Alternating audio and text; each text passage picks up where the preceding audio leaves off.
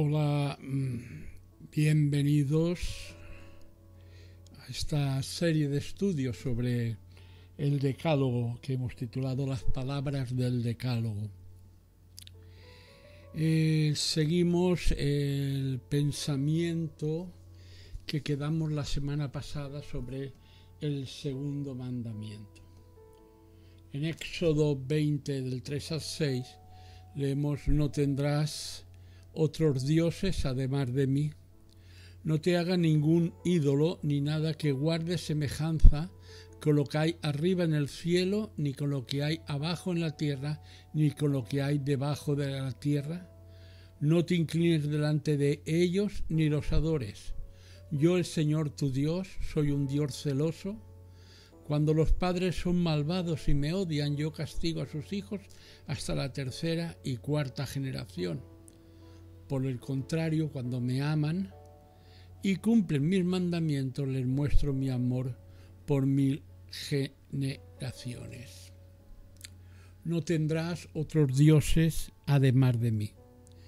Este segundo mandamiento nace directamente del entender o del entendimiento que el primer mandamiento nos hacía o nos trasladaba, de entender quién era Dios, quién es Dios y de lo que Él había hecho por Israel. Leíamos la semana pasada: yo soy el Señor tu Dios, que te saqué de Egipto, país donde eras esclavo.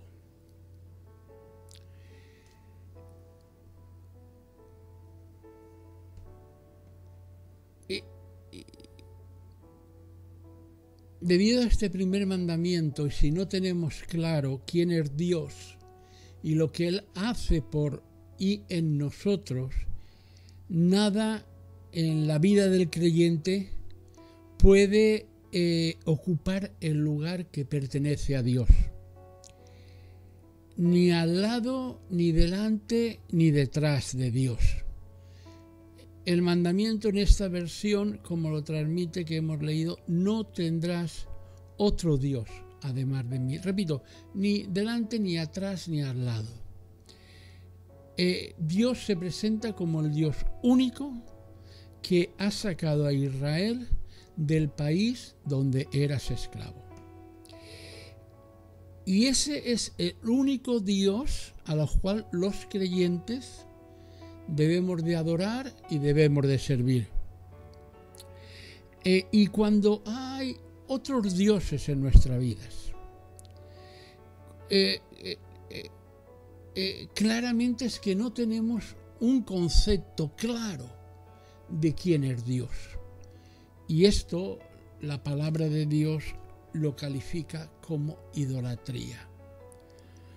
Cuando otros dioses, diosecillos ocupan un lugar a la par del único Dios verdadero, esto es idolatría. Y el mandamiento que estamos viendo en esta semana tiene que ver directamente con la idolatría. Cuando Israel sale de la casa de esclavitud, de la casa donde era esclavo, Dios sabía que Israel se iba a enfrentar a la gran tentación de ver que habrían otros pueblos alrededor. Ya lo habían visto en Egipto, pero otros pueblos que tenían otros dioses. Al mezclarse con ellos, iban a caer en la tentación de sucumbir a todos estos dioses.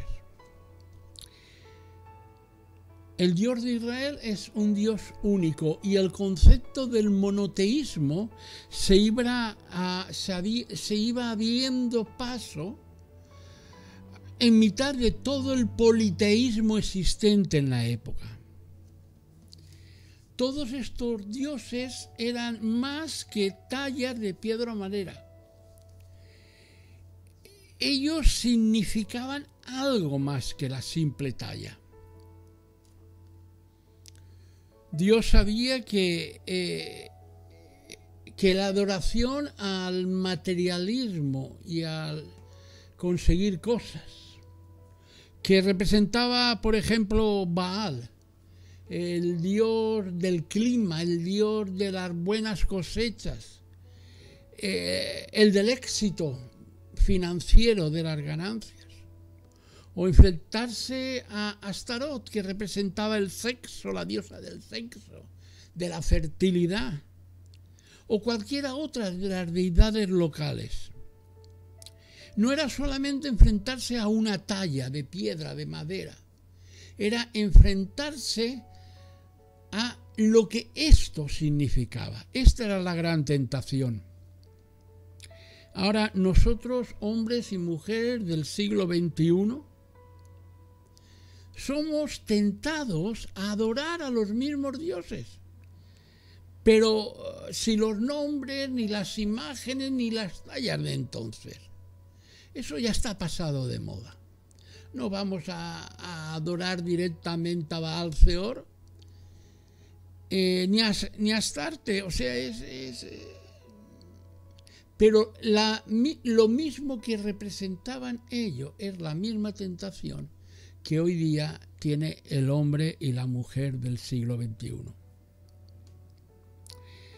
Como alguien dijo, vivimos en un neopaganismo, y se refería en concreto a nuestro país, a España, que decía que vivíamos en un neopaganismo, en un nuevo paganismo, no el viejo paganismo, sino un paganismo nuevo, despojado de todas estas parafernarias y imágenes, que repito, del antiguo paganismo, pero con los mismos condicionamientos de antaño. En la Torá, en el Tanaj, en el Nuevo Testamento, el Señor es claro: odia la idolatría. Odia la idolatría tanto en tiempos de Moisés como odia la idolatría en el siglo XXI. Ahora, hoy día, esa idolatría que Dios odia, al estar despojada de, repito, de todas sus imágenes, parafernalia pagana antigua, al estar disfrazado de otras formas, quizás es mucho más sutil para el creyente y entra más fácil en la vida de las iglesias.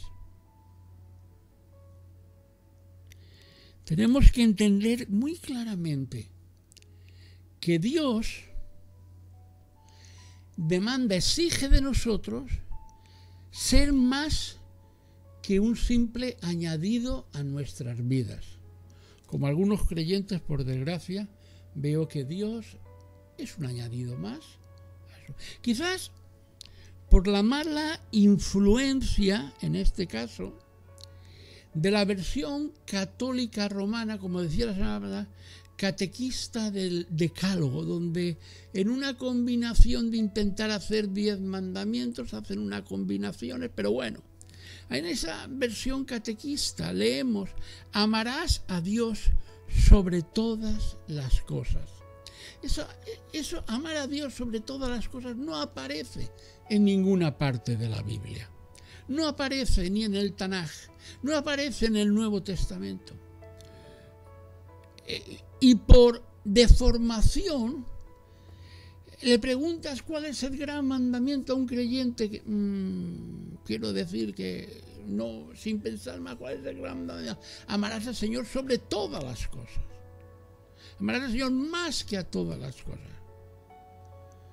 Entonces, si la palabra que crea imágenes, entonces en nuestra mente se va creando el concepto que al amar a Dios sobre todas las cosas, cosificamos a Dios como una cosa, a alguien más que tengo que amar en mi vida. Esto es un error grandísimo. El problema de esto, la tentación de esto, es que al hacer de Dios una cosa en nuestro pensamiento, es que Él vaya perdiendo su propia naturaleza. Yo soy el Dios, no otro.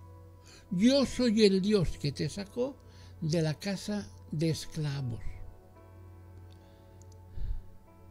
Y vamos haciendo de Dios una cosa en nuestra mente, como puede ser una cosa en nuestra casa, nuestro coche. Y estas cosas las utilizamos para los momentos oportunos en que deben de ser utilizados. Y Dios entra dentro de esta utilización de las cosas. Repito, el gran problema es que en nuestra mente pierde la relevancia que Dios tiene que tener en nuestra vida.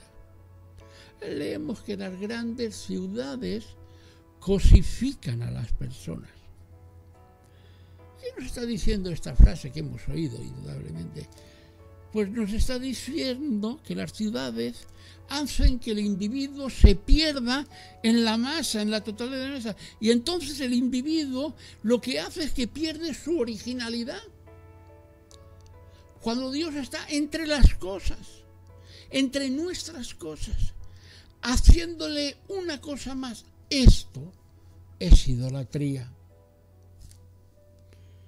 Podemos llegar que, bueno, hay otras maneras de imaginar a Dios, a la divinidad que quieras creer, puedes, una fuerza.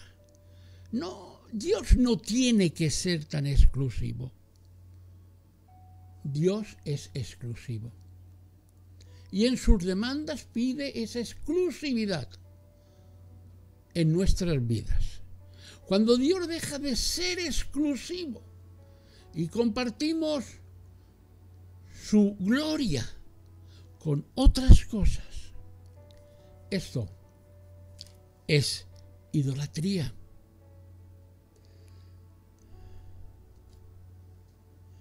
La palabra de Dios es muy clara con respecto a la idolatría.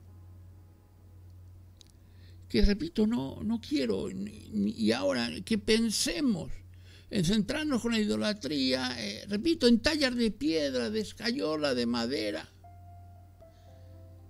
La idolatría de nuestro tiempo, la idolatría que sin darnos cuenta practicamos,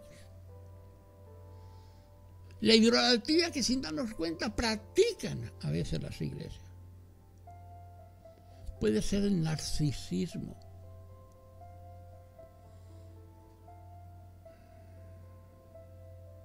Narcisismo al culto del cuerpo, que va mucho más allá del cuidado del cuerpo, que la palabra de Dios nos lleva a que cuidemos nuestro cuerpo como templo del Espíritu Santo. El egoísmo, como el culto a uno mismo, que mencionábamos de esto la semana pasada. El culto a otras personas, al gran pastor, al gran predicador. Este predicador, este siervo, sí que está ungido. El culto al sexo,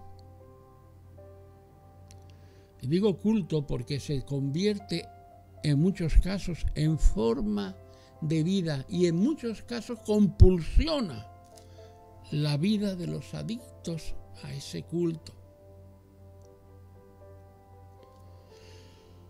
La idolatría que hay en el culto, a los adictos al culto de las nuevas tecnologías.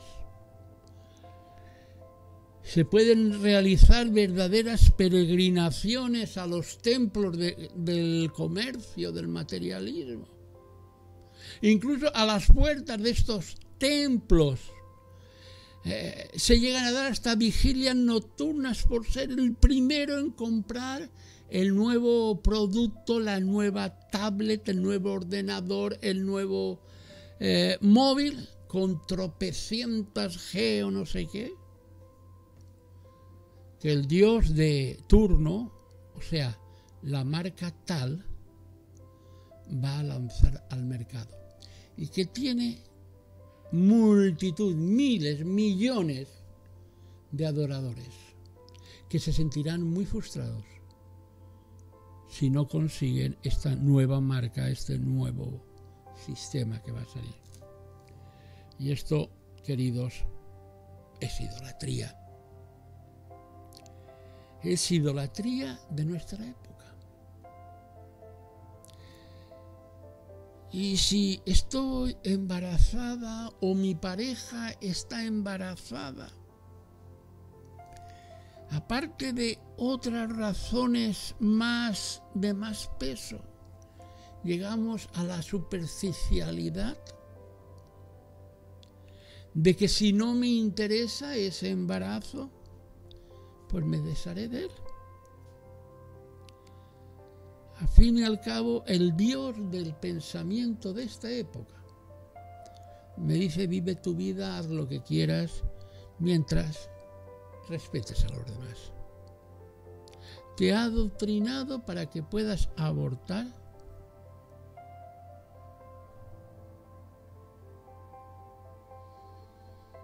Salomón, comparando aquella época con esta, diría lo mismo: no hay nada nuevo bajo el sol. Y habría mucho más, profundizando mucho más en el neopaganismo. Neopaganismo que es idolatría, que entra en la vida del creyente, y es a ellos principalmente a los que me estoy dirigiendo, y en la vida de la Iglesia. Cuando fracasamos en obedecer este mandamiento, esto se llama idolatría. Hemos puesto, quizás sin darnos cuenta, quizás nos damos cuenta pero nos hemos habituado a él, hemos puesto otros dioses además de Yahweh.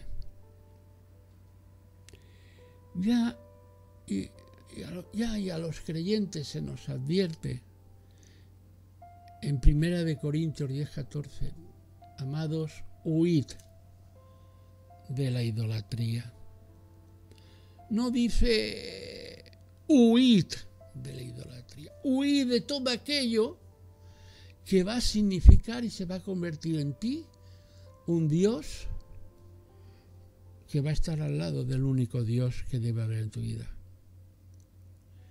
También nos dice en 1 Corintios 6, del 9 al 10, que las vidas que están marcadas por la idolatría habitualmente no heredarán el reino de Dios. Y eso se lo está diciendo no a los habitantes, Pablo no se lo está diciendo a los habitantes de la ciudad de Corinto, sino a la iglesia que se reúne en Corinto, a los creyentes.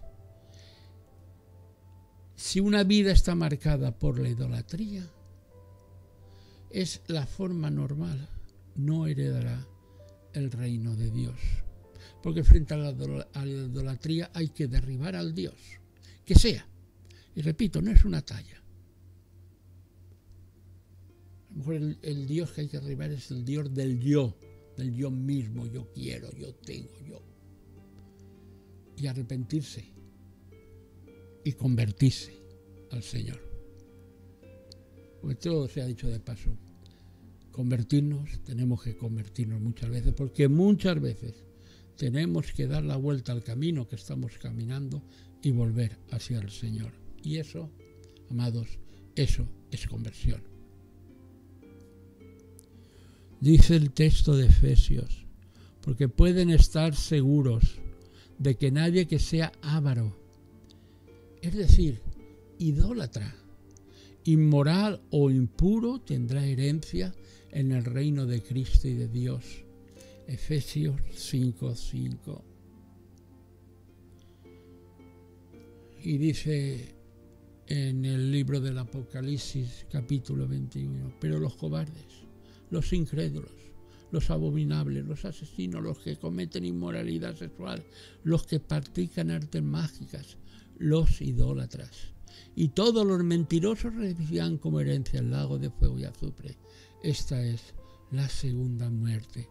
O sea, hay muchas advertencias En esa parte de la Biblia que, por desgracia, no mal usamos más que la primera parte de la Biblia, porque todo es palabra de Dios. Hay muchas advertencias en el Nuevo Testamento que nos están empujando a arrepentirnos, a volver la espalda, a huir de la idolatría.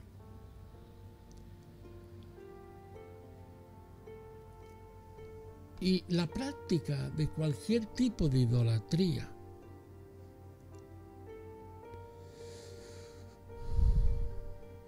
señala hacia nuestra antigua vida. Y nuestra antigua vida estaba en el primer mandamiento: casa de esclavos, en lugar de la nueva libertad en Cristo que ahora debemos de vivir. Pues ya basta con el tiempo que han desperdiciando haciendo lo que agradaba a los incrédulos, entregados al desenfreno, a las pasiones, a las borracheras, a las orgías, a las parrandas y a las idolatrías abominables.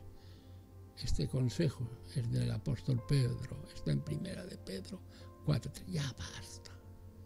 Y no se lo está diciendo a los inconversos, se lo está diciendo a los creyentes. Ya basta de esto, ya basta. Es tan serio esto de la idolatría que nos dice la palabra de Dios que no debemos nunca de asociarnos con aquellos que se llaman cristianos, creyentes, y son idólatras, que viven en la idolatría. Que está claro que no me estoy refiriendo a una imagen, a una talla. Pero en esta carta quiero aclararles que no deben relacionarse con nadie que, llamándose hermano, sea inmoral o avaro, idólatra, calumniador, borracho o estafador. Con tal persona ni siquiera deben juntarse para comer. Eso está en 1 Corintios 5:11. Desde antiguo, los sabios de Israel entendieron, los rabinos y los sabios de Israel entendieron que siempre la conversión conlleva el abandono de todos los ídolos que hemos estado siguiendo, o que el israelita seguía. La conversión era el abandono de los ídolos, cambiándolo por la obediencia al único Dios verdadero. Eso ha sido el pensamiento de Israel desde antiguo. Que conversión verdadera es apartarse de todos los ídolos, darle la espalda para mirar cara a cara y obedecer al único Dios verdadero. Sabéis que cuando erais gentiles se os extraviaba llevándoos como se os llevaba a los ídolos mudos. 1 Corintios 12:2. Porque ellos mismos cuentan de nosotros la manera en que nos recibisteis y cómo os convertisteis de los ídolos a Dios para servir al Dios vivo y verdadero. Primera eternidad. Alguien me dirá, se estaban refiriendo a los dioses paganos de... Sí, es verdad. Pero también a todo aquello que significaba un ídolo en la vida. Y así debemos de aplicarlo para nosotros. Y es que la idolatría y el individualismo son actitudes tan juntas, tan parejas, que a veces resulta difícil separarlas. Idolatría, individualismo. Por eso es que la conversión a Dios en Cristo es el abandono de los ídolos y por lo tanto de egocentrismo, que es el más profundo de los ídolos en el corazón del hombre. Para ir acabando esta parte de este estudio sobre este segundo mandamiento,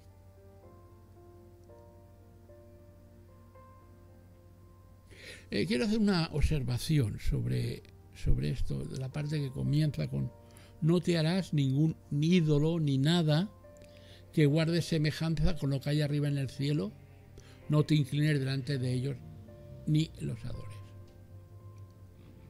Se ha dicho mucho acerca de este mandamiento. Algunos toman este mandamiento como la prohibición de hacer cualquier representación de Dios o de hacer una pintura de Jesús, de los ángeles o cualquier cosa, cualquier otra representación. Sin embargo, otros, entre los que estoy yo,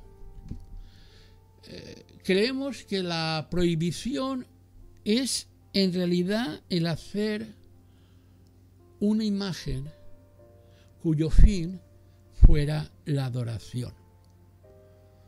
Porque dice, no te harás, y añade, no te inclines delante de ellos, ni los adores. No es tanto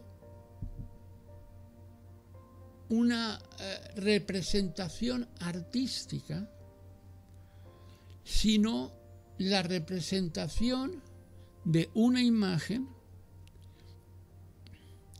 con motivo de adoración y de culto. Repito, con el paganismo para el hombre y la mujer del siglo XXI, quizás no tenemos una imagen de un Dios que se llame egocentrismo, pero lo adoramos.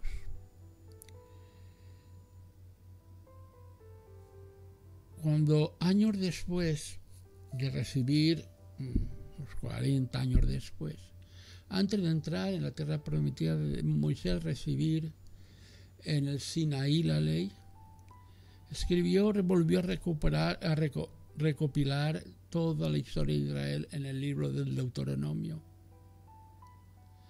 Él escribió, entonces el Señor les habló desde el fuego, y ustedes oyeron el sonido de las palabras, pero no vieron forma alguna, solo se oía una voz.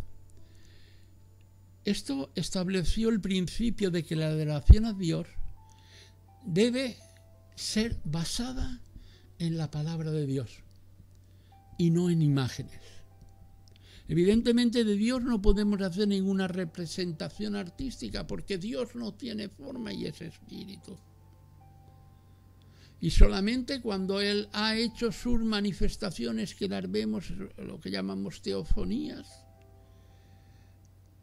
han sido de forma de en una zarza ardiendo, en fuego, pero no en forma física. Y a Dios nadie la ha visto. Y esto establece el principio que la adoración a Dios está basada en la palabra de Dios y no en imágenes o tallas o ideas. Ahora, este mandamiento no prohíbe hacer una imagen de algo para propósitos artísticos. Si lleváramos esto a extremo, podríamos tener fotos en nuestra casa, ya no digo pintura o tallas, sino fotos de nuestros familiares, porque o están en el cielo, debajo de la tierra, o están en la tierra, y el mandamiento es sobre todo esto. Pablo nos dice que el ídolo al fin y al cabo no es nada. Pero lo curioso es que Dios mismo, que en esta interpretación de centrarnos tanto en la imagen, Dios mismo permitió que hubieran imágenes. Recordamos aquella serpiente que Moisés levantó en el desierto para que los que habían sido mordidos por serpientes, aquella serpiente de bronce, ¿no?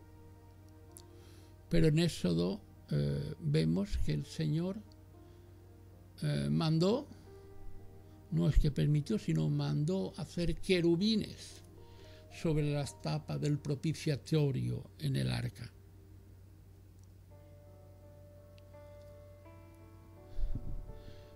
Mandó también hacer la cortina que separaba el lugar santo del lugar santísimo, que estuviera con querubines. El Decálogo claramente prohíbe hacer imágenes para la adoración de ellas o a través de ellas. Y si el Señor permitió hacer querubines, la prohibición de la imagen se refiere únicamente a hacer objetos para ser adorados directamente.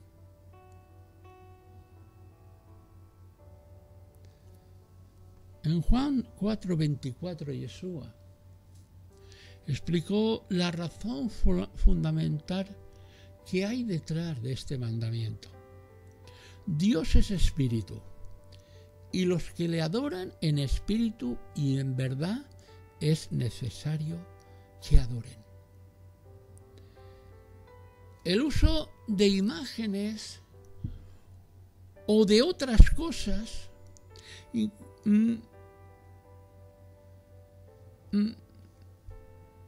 como un enfoque o ayuda para adorar, niega lo que Dios es, que Dios es espíritu.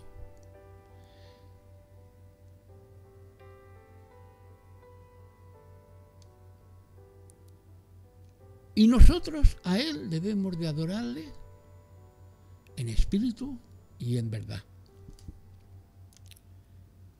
Pablo nos recuerda lo peligroso y inútil que es al tratar de hacer a Dios a nuestra propia imagen, hacer nuestros dioses. Aunque afirman ser sabios, se volvieron necios y cambiaron la gloria del Dios inmortal por imágenes que eran réplicas del hombre mortal, de las aves, de los cuadrúpedos y de los reptiles.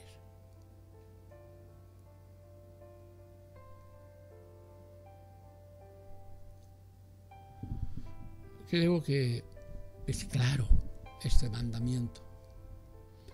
Realmente todos los mandamientos son muy claros. Pero este mandamiento no nos permite tener otro Dios, aparte del único Dios verdadero. No nos permite darle ninguna forma que nos lleve a una adoración, ya sea de talla, de cuadro, no nos lo permite. Si es para la adoración, pero tampoco nos permite este mandamiento hacernos ningún otro Dios de estos dioses del siglo XXI que vimos anteriormente. Quiero acabar aquí y la semana que viene, Dios mediante, continuaremos con el Decálogo.